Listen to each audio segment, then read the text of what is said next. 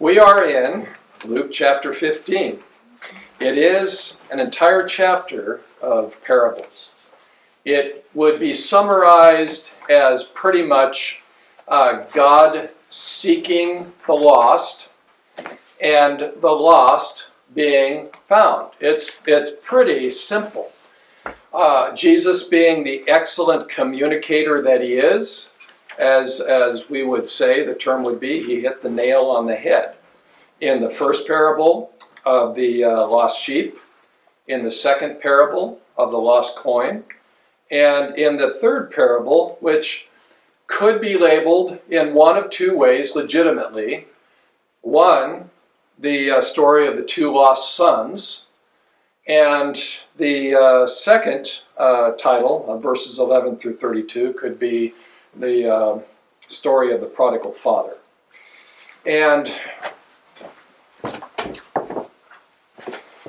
I did want to open with the definition of prodigal. And this is from two different locations. Prodigal as an adjective, and this is how we typically look at it. Using money or resources in a wasteful way. Okay? So that's how we typically look at it. As an adjective, spending money or resources freely and recklessly, wastefully extravagant. All right. But there's a second definition for prodigal. Having or giving something on a lavish scale. Having lavish amounts of something. That second definition does not fit in the story of the prodigal son. And I sometimes wonder, in fact, there's more in both of those. One of them references a person who takes a bunch of stuff and spends it, a son, and then he leaves it. And it's like, where did you get that? You took it straight from your Bible that said the prodigal son, and then you read about it.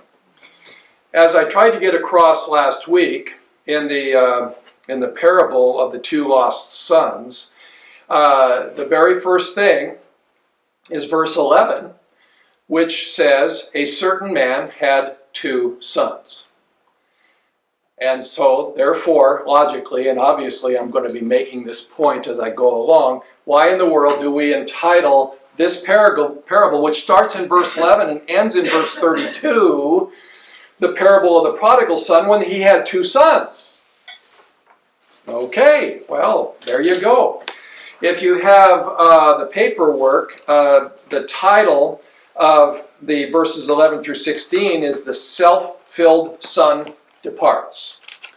The second part in God's seeking love is the son repents and returns.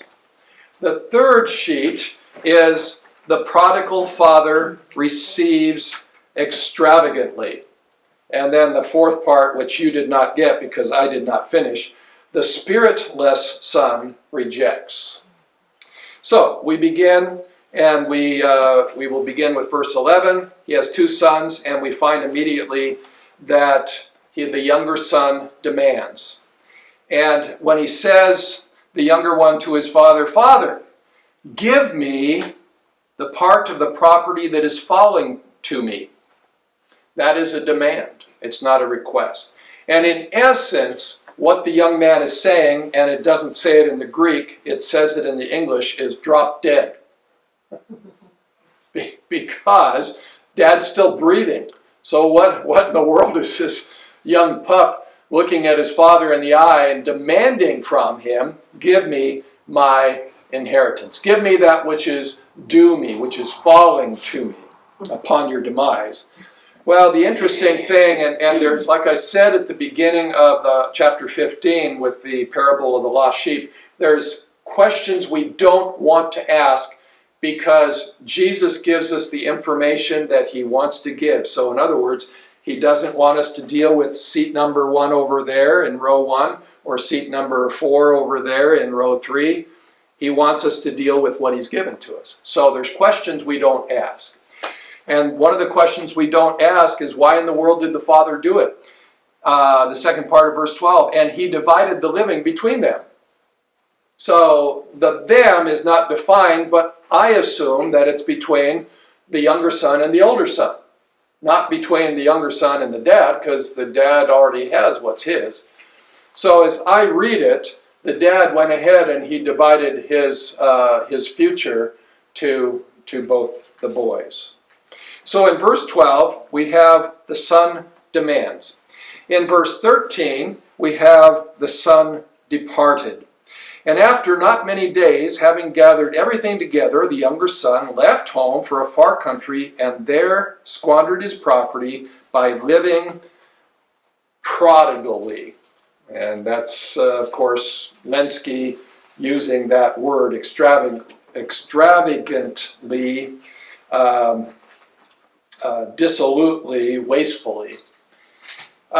We find many things there, and for a Jew listening to this, and pretty much the tax collectors would have been Jews, and the sinners could have been anybody, but we'll call them Jews, and then the Pharisees and the scribes on the outer courts of this whole setting would definitely be Jews. So this is a Jewish crowd, and what does Jesus say? He says that the son took his bag of goodies and departed not just town, not just his dad's property, and not just town, and not just the county, and not just the state, but he left the country. To a Jew, that is horrible, because everything about a Jew is his heritage as a bloodline, and his heritage in the land. The land and the Jew are one.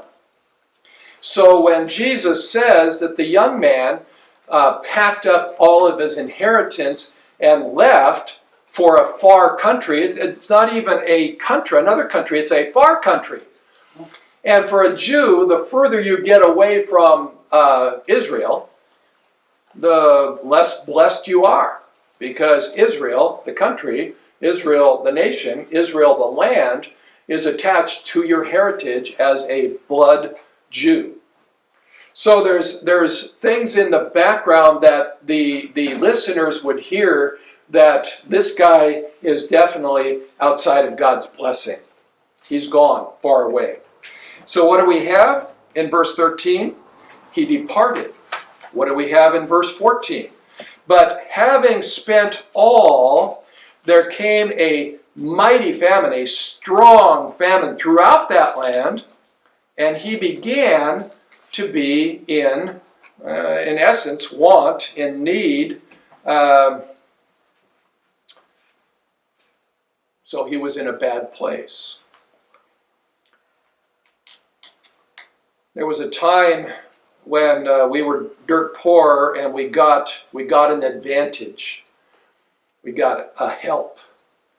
And never in my life have I had financial help for buying groceries, and so we had this financial help for buying groceries that month.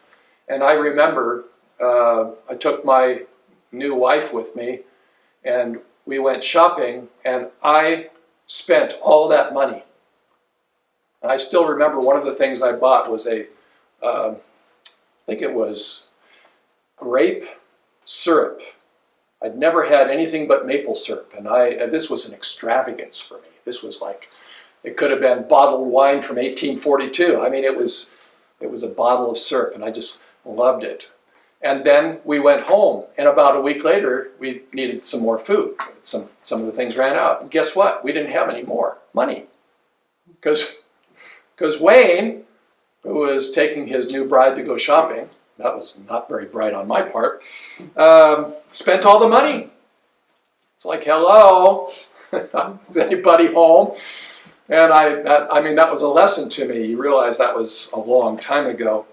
And so I've learned to be careful. But this guy wasn't careful. He spent it all. Not only that, but something happened in that land, and a famine is never good in any land, but a famine in that far country where this guy was shows that God's blessing, if he started here, it's now, in fact, I use the word, he's diminished. So in verse 12, he demanded. In verse 13, he departed. in verse 14, he is diminished because now he began to be in want. That word began, we're going to find again in verse 24. There's a beginning of a diminishing here, and in verse 24, there's a beginning of celebration at kind of the end of this boy's story. So he is diminished. And then we get to verse 15, and Jesus is unfolding this picture for us, and he says, and having gone, that is, he got up from his place of want, because that's where he was. I didn't have anything left, no money for groceries, so now what? And he attached himself to one of the citizens of that country. What country? The faraway country, far away from the heritage of Israel. And everyone would understand that. And he, that is the citizen of that country, sent him into his, and that word fields is agro. Typically in the plural, it's the country. Not a country like Israel or Bangladesh, but a country like not the city, far away. So in this faraway country, he is sent even further away into his country, into his fields, and he gets to do something. He gets to take care of the swine. Again, if you're a Jew listening to this, the story keeps going from this much down to this much, down to this much, to where now there's nothing. But guess what? We still have not hit bottom. We've got one more verse, verse 16. And there's three imperfects there, which means that it's not a single digit thing, it's a swirling thing. And he began to desire. Well, that means that he was sitting there, and he'd feed the swine, and then he'd take his little sliver of bread and eat it. And as time went on, he kept. This is what happened to him. He began to desire to be filled. To be satiated, to gorge. That's where he's going with this. To gorge from the carob pods which the swine were eating, and no one would give to him. In other words, he is there alone. He is there with this swill. He dumps it in. The pigs, if you've ever watched pigs eat, and I'm talking about real pigs, not your children, they get in there with their snouts, and man, they're grunting and snorting, and it's just, they're happy pigs because they're in the swill. This is great stuff.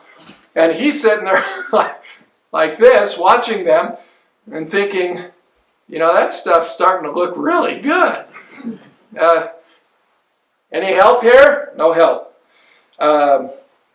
No one would help him. In the imperfect means that there's a constant denial. There's no help.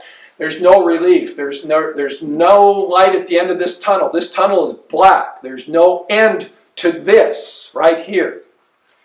And we've gone from demanding in verse 12 to departing in verse 13 to diminishing in verse 14, and finally in verse 15 he's degenerated. He's degenerated in verse 15, and in verse 16 he's deteriorated. Deterioration and degeneration, different, they're twin sisters. But you realize what Jesus is picturing here is a total decline. This young man has nowhere to go. Nowhere to go. It is truly, as they say, the end of the road. But something happens in this story. The corner is turned. In verse 17, but having come to himself, he said. Having come to himself. He woke up as from a stupor. In fact, I'm going to read this paragraph. It's the opening paragraph of the portion, verses 17 through 20a. I'm going to read that paragraph from Lenski. The heart of the parable is stated in this sentence: he came to himself. He was converted in that instant. He came to himself implies that heretofore, in his whole course of sin, he was beside himself, not in his right mind, suffering from a species of insanity.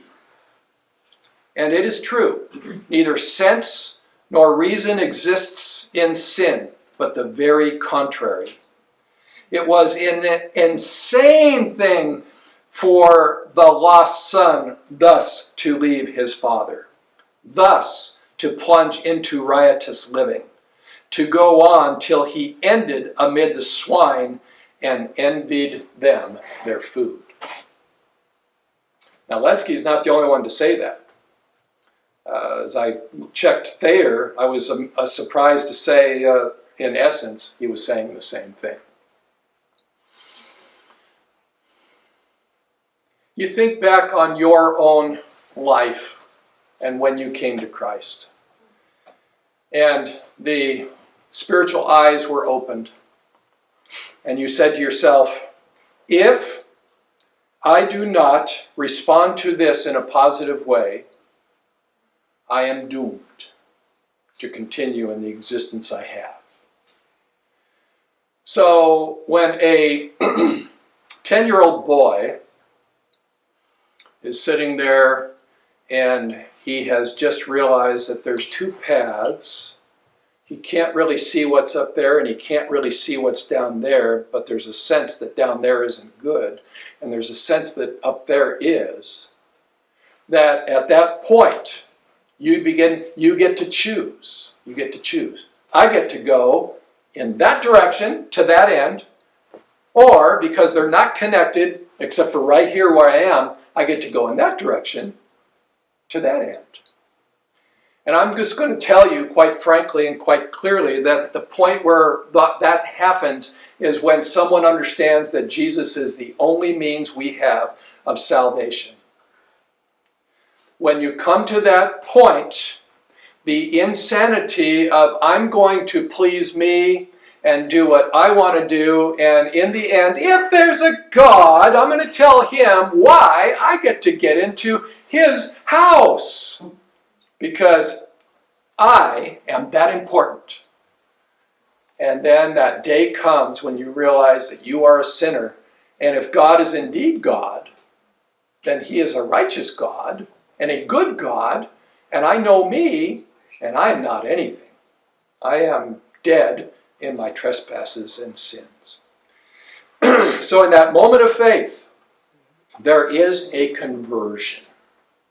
There is a change. There's a change in that heart that leads then on this journey where there's a transformation taking place all with every step along that journey. It's a wonderful picture. And this guy, in this moment, as I would start with my C word, he was converted. He came to himself and he said, how many hired men of my father are abounding in bread while I myself am perishing here with hunger? And that phrase, I myself to famishment, here in this place and being brought to utter destruction. That word, apollumi, is basically to bring to nothing, which includes to kill, to destroy. So in other words, I'm sitting here having desired what the pigs are eating in a far country, serving swine. Swine? That's a Jew, but at this time, they're nauseous. Until this conversion story. The guy comes to himself and he says, my dad pays people, and with even the payment, they eat better than I do as I'm starving, literally to death, to my destruction here. So, what does he do? Well, he was converted, so now he sees clearly, and in that too, because he sees clearly, he's able to compare his lot with his father's helpers. And so in verse 18, he conceives of a plan in a word that is not used very often, in his contrition. Contrition. That's a word I haven't heard from the pulpit, and I don't even know how long. But he conceives of a plan in his humility, in his sorrow, in his being sorry for what he has done, and the trail of chaos he's left in his journey, and he's at a place where he has zero, zip, zilch, and less than that. He says, I've got this plan. In my contrition, having risen up, I will travel to my father, and I'm going to say to him, Father, notice the first thing, I sinned against heaven. The second thing, and in your sight. I have understood that I have a problem. My problem is me. My problem is that I sinned against God, and I sinned against you. I understand that. And he continues in his conceived plan and contrition. Verse 19, he says, no longer am I worthy to be called your son. Make me. Now here's another imperative, just like he said, give me, a demand, but in his contrition, it's not quite the same thing. It's, to me, he is saying, make this happen. Make me as one of your hired men. Not as your son. I'm not worthy to be called your son. Make me a hire me. Hire me. So, we finish in the first part of verse 20, hence 20a. He went to his own father. And I tried to think of a way to express or make clear his own father. Somehow, the only thing I can do is the picture of coming together with his father. He rejected his father, and now he's coming back to his own father. There's a possession there on the contrite one's heart. And so the last C on that is he carried through. He left the pigs. He left starvation. He left the far country. He left the man who hired him, the boss, and he came home. So the prodigal father, which I obviously am going to explain, receives extravagantly. So in verse 20, but he being still far off. All right, I tried to think what far off is, and I'm trying to think in relation to like somewhere on the road here. When Paul and Dixie show up over kind of just out of their house heading this direction, that's a far off. We know who they are. We recognize who they are, but, can we see if all of Paul's buttons are buttoned? No, can't see it from there. It's zipped up. No, can't see that. But we can see that it's them from a far distance. So just for the sake of argument, I'm going to say the dad was here, and he was looking and he saw his son. While his son being still far off, his father saw him and was filled with compassion, and having run, fell upon his neck and covered him with kisses. We're seeing something here that is too often missed in the preaching of this passage. The father's actions reflected his heart.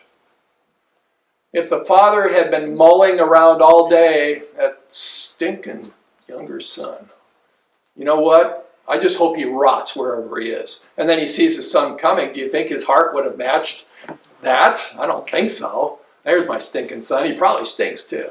I don't know what he's doing here. No, his actions reflect the father's heart. His father's heart was extravagantly loving. So the I's here, I started with D's, went to C's, now I'm on the I's. He initiated, because it's very clear that while his son was still a far distance off, he saw, he was filled with compassion because that's who he was, and he ran. Do you realize what that is? And I'm going to say an old man, a guy who is 70 years old, running. But you have to understand, he wasn't wearing khakis. He was wearing a robe. You know what this guy had to do? He had to hike up his robe. So his white legs are showing in front of everybody. It really doesn't happen.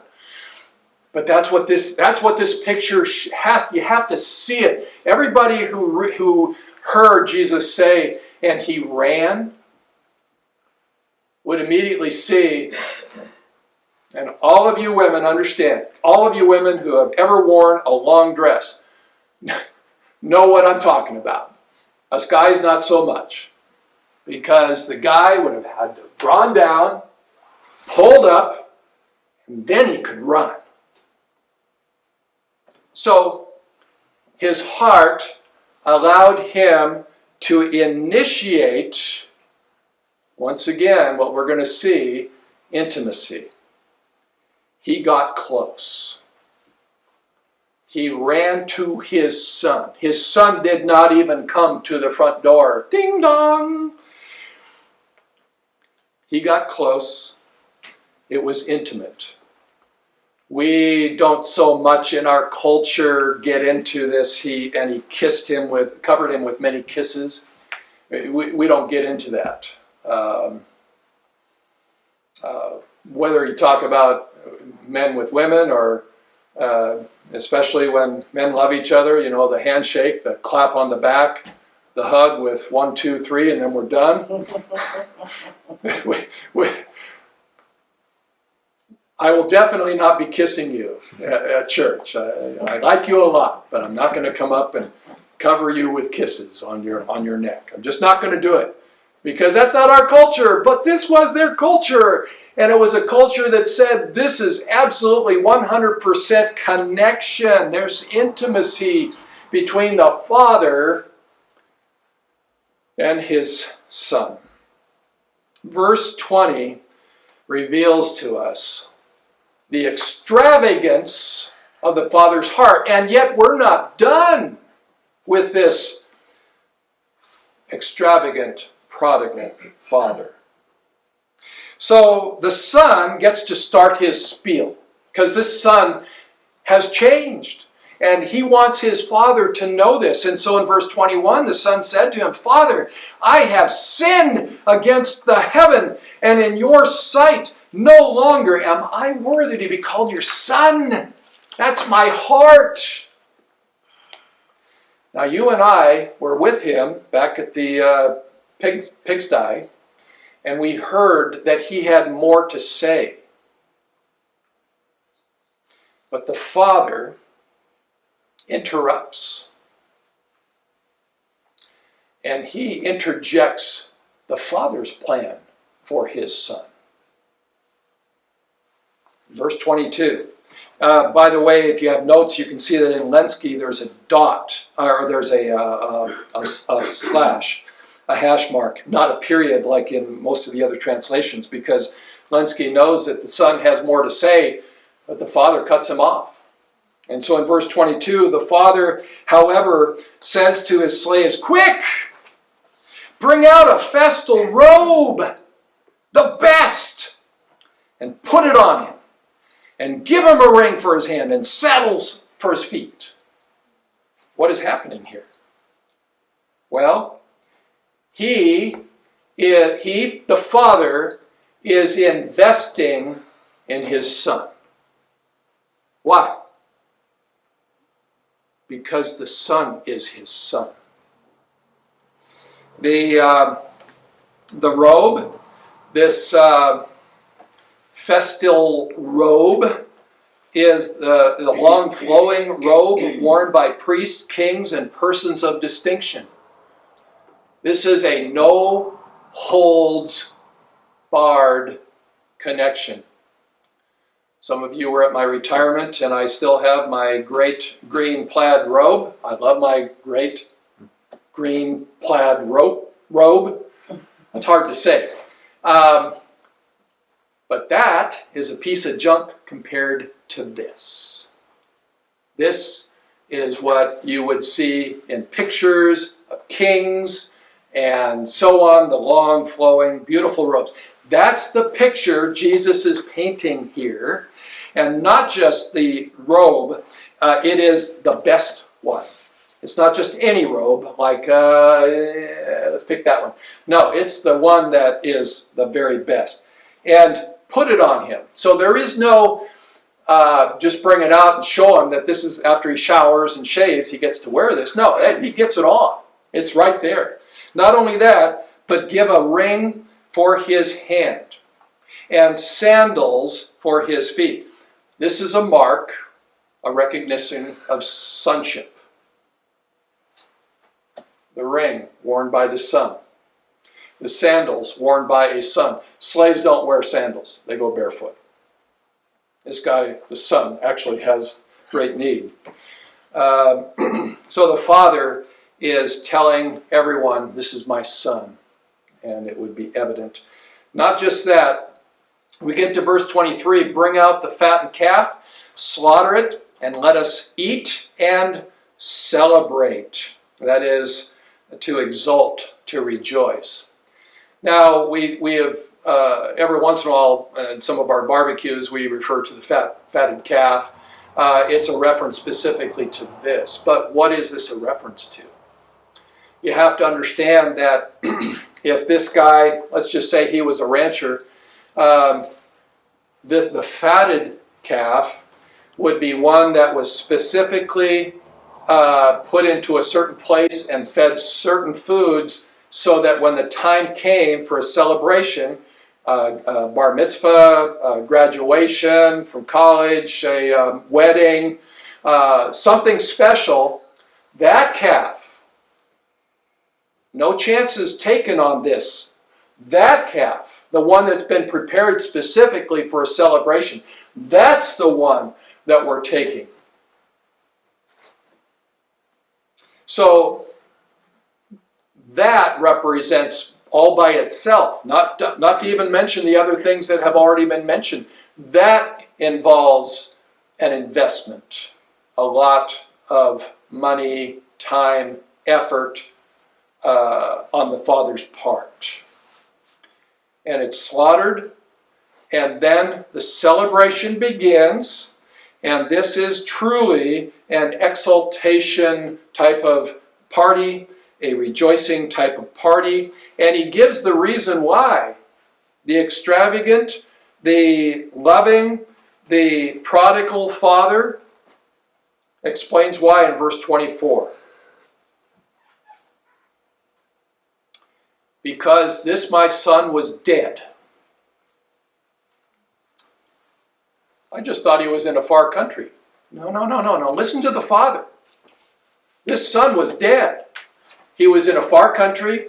He was eating with pigs. He had no connection with anybody, not even people in the far country. He was starving to death. He was dead. That's how the father describes him. He was dead and is alive again.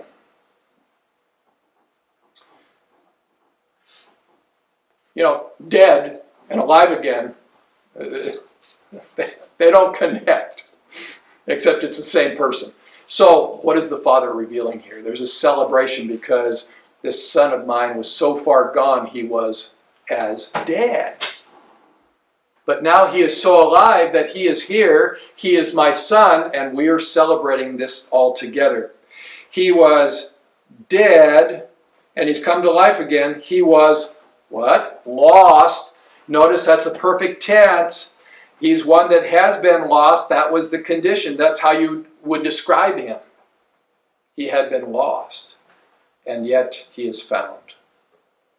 So the scene ends with, and they began to celebrate. They began to make merry. Remember, he began to be in in want in the earlier portion. Now they began to celebrate. So this is an amazing picture. Do I dare run through the rest? It's like 7, 8 verses. Do you think I could do it in 2 minutes? Okay, I won't. Then I'll conclude this way. There was a certain man who had 2 sons. Jesus painted the picture so clearly that if you were a Jew, you would step as far away from this lost son as you possibly could. He was as far gone as you could get, to the point where the father in the reconnection says he was dead. And key in that whole first portion, and he came to himself. The scales fell off his eyes and he could see clearly, spiritually. For the first time, it's like his whole life he'd been wrong, and now he was right. I got to go back to my father. And he does. And what does the father do? The father, and I'm going to say a more extravagant manner than the prodigal son. The prodigal son had this much and he spent it all. The father, we don't know how much he had, but what he had, he gave to the son. And I'm not going to go a second time. He gave to the son because the son was dead, but now he's alive again. And the father connected extravagantly with that previous dead son. And to make it easy for you, because you'll be contemplating these things about the prodigal father and the 2 sons, we've taken care of the first son, who was lost, but now he's found. And one last thing. Who was that lost son? That was all these tax gatherers and sinners who kept coming to Jesus to hear him. That leaves one son, doesn't it? And one group of people. But we'll get there next week. I always make these promises. Who knows? Father, when we can understand this younger son who came to himself, when we can understand that that was me, and praise God, thank you, God, I can never thank you enough, God, that I came to my senses, and I came to the Father, and I came and I said, I need your son. And the Father said, not a problem, my son is yours, and you are mine. What a beautiful picture of the Father who connects with us via the blood, the satisfying, righteous blood of the Son who died on our behalf so that we do not have to die. Lord, may the story of the prodigal father or the story of the 2 lost sons not be lost on us this week as we separate for a time and then come together once again around your word. May we not forget who we were and now whose we are. For Christ's sake, in his name, amen.